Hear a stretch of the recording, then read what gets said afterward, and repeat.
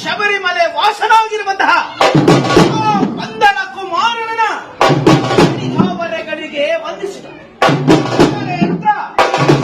ಗಣಪತಿಗೆ ಸೋದರನು,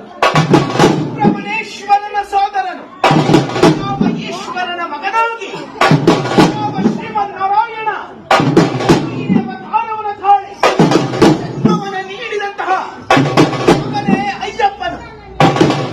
ಚಿನ್ಮಯ ರೂಪದಲ್ಲಿ ಕುಳಿತು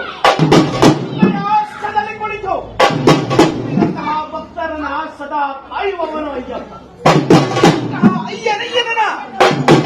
ಅವರೆಗಳಿಗೆ ವಂದಿಸಿದ ಓಂ ಶ್ರೀ ಸ್ವಾಮಿಯೇ, ಓಂ ಶ್ರೀ ಸ್ವಾಮಿಯೇ, ಓಂ ಶ್ರೀ ಸ್ವಾಮಿಯೇ, ಸ್ವಾಮಿಯಪ್ಪ,